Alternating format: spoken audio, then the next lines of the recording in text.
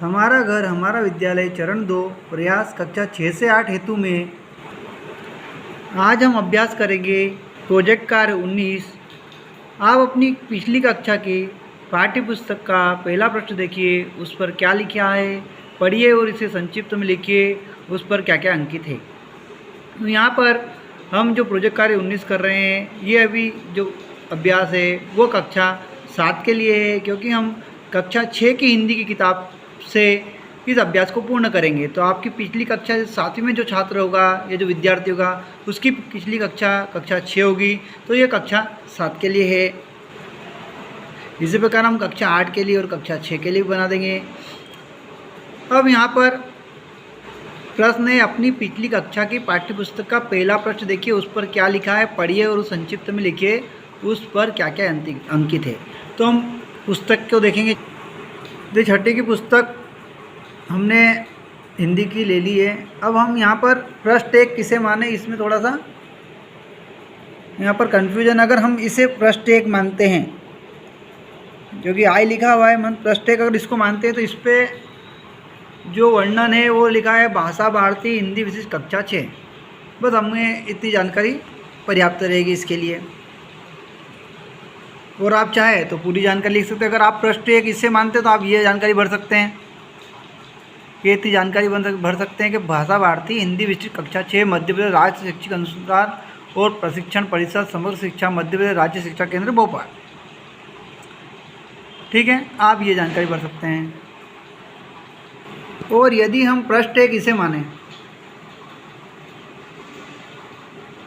पाठ 6 हिंदी विशिष्ट अनुक्रमणिका को, तो आपको इसमें लिखना होगा कि इस पृष्ठ पर पाठ, उनमें विधा, उनके रचनाकार, वो पाठ कहाँ से किस पेज से किस पेज तक है, इसका वर्णन किया गया है। यदि इसे पृष्ठ 1 मानते हैं तो ये आपके ऊपर निर्भर है, आप किसे पृष्ठ 1 मानते हैं।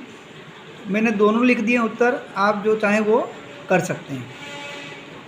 यहाँ पर इसको 1 से मतलब 10 नंबर दे रखा है। उसके बाद अगर प्रश्न नंबर 1 ही अगर इसको माने, क्योंकि यहाँ 1 नंबर लिखा हुआ है, अगर इसको प्रश्न 1 मानते हैं तो इस पर लिखा है पार्ट 1 विजय विश्व तिरंगा प्यारा। लेकिन प्रश्न के भावार्थ से यहाँ स्पष्ट हो रहा है कि या तो प्रश्न 1 इसे माना जाए या तो आपको मैंने तीनों बता दिए हैं, आप जिसे प्रश्न 1 माने उसका वर्णन कर दें। अब हम अभ्यास पे चलते हैं। देखिए, हमने प्रश्न 1 उस पहले वाला को अगर मांगो तो यहाँ प्रश्न क्रमांक 1 पर भाषा भारती हिंदी विशिष्ट कक्षा 6 लिखा गया है।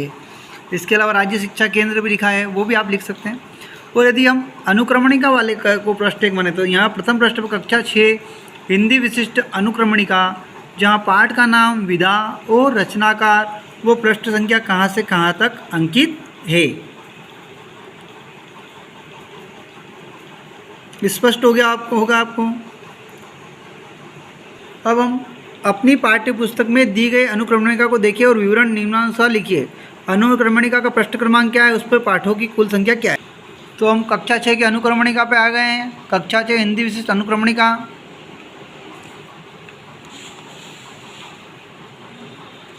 देखिए, यहाँ पर कुल पाठ देखेंगे आप तो लास्ट में यहाँ पर 22 पाठ है। कुल कितने पाठ हैं? 22। और पृष्ठ क्रमांक यहाँ पर क्या लिखा हुआ? X, रोमन लिपि का X मतलब 10। तो हमने ये लिख दिया।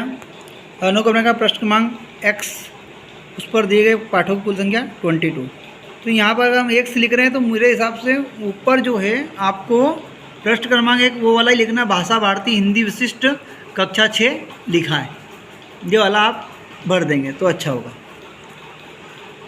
इसके बाद अगला प्रश्न क्रमांक विधाओं का नाम, उनकी संख्या का विवरण तालिका में लिखिए।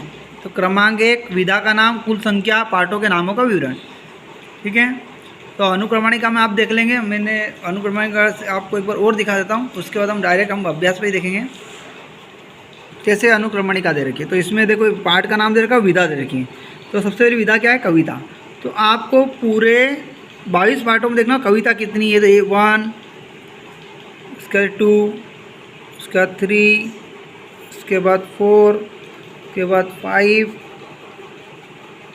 उसके बाद 6, उसके बाद 7, 8 और ये 9। तो अब इसी प्रकार आपको ये नौ कविता लिख के कितनी विधा कितनी कविता वाली 9 है और सबके नाम लिखना है। इसी प्रकार निबंध का है, कहानी का है, एकांकी का है, पत्र का है, यात्रा वृत्तांत का है, तो आत्मकथा का है। इसी प्रकार आप सभी का वर्णन करना है। कविता के बारे में, कविता कितनी संख्या 9, कौन कौन से पार्ट है कविता के, विजय विश्व तिरंगा प्यारा, विजय गान, अपना हिंदुस्तान कहाँ है, पद और दोहे, झांसी की रानी, बसंत, श्रम की महिमा, संकल्प, खूनी हस्ताक्षर। आप वीडियो को रोककर ये लिख सकते हैं। तो निबंध इसमें 2 है, कटुक वचन मत बोल, हम बीमार ही क्यों हो, निबंध 2 है। उसके पश्चात कहानी भी 2 है, हार की जीत और दस्तक। एकांकी भी 2 है, व्याकरण परिवार, संगीत शिरोमणि स्वामी हरिदास। उसके बाद पत्र है 1, क्या ऐसा नहीं हो सकता। उसके बाद जीवनी है 2, डॉक्टर होमी जागीर बाबा, परमानंद माधवम। उसके पश्चात यात्रा वृत्तांत है 1, नारियल का बगीचा केरल। और अंत में आत्मकथा है 3, रुपये की आत्मकथा, मेरी माँ, मैं श्रीमद् भगवत गीता हूँ। इस प्रकार ये चार्ट का कार्य पूर्ण हुआ।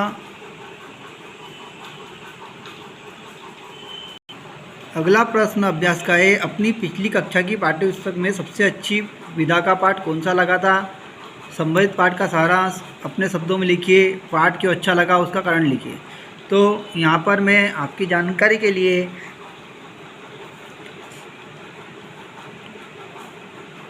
पार्ट 1 के बारे में लिख रहा हूँ। तो पार्ट 1 मुझे अच्छा लगा, विजय विश्व तिरंगा प्यारा। विधा क्या है, उसमें क्या विधा है, वो कविता है। और ये तो पहला प्रश्न का उत्तर हो गया कि अपने पिछली कक्षा पाठ्यपुस्तक सबसे अच्छी विधा का पाठ कौन सा। तो मैंने लिख दिया पाठ का नाम, हाँ विधा का नाम भी लिख दिया। पाठ का नाम विजय विश्व तिरंगा प्यारा, विधा कौन सी, कविता। और संबंधित पाठ का सारांश लिखे। तो सारांश मैंने सब अपने शब्दों लिखा। सब अपने हिसाब से अर्थ अलग अलग हो सकता है, भाव वही रहेगा लेकिन शब्द चयन अलग हो सकता है।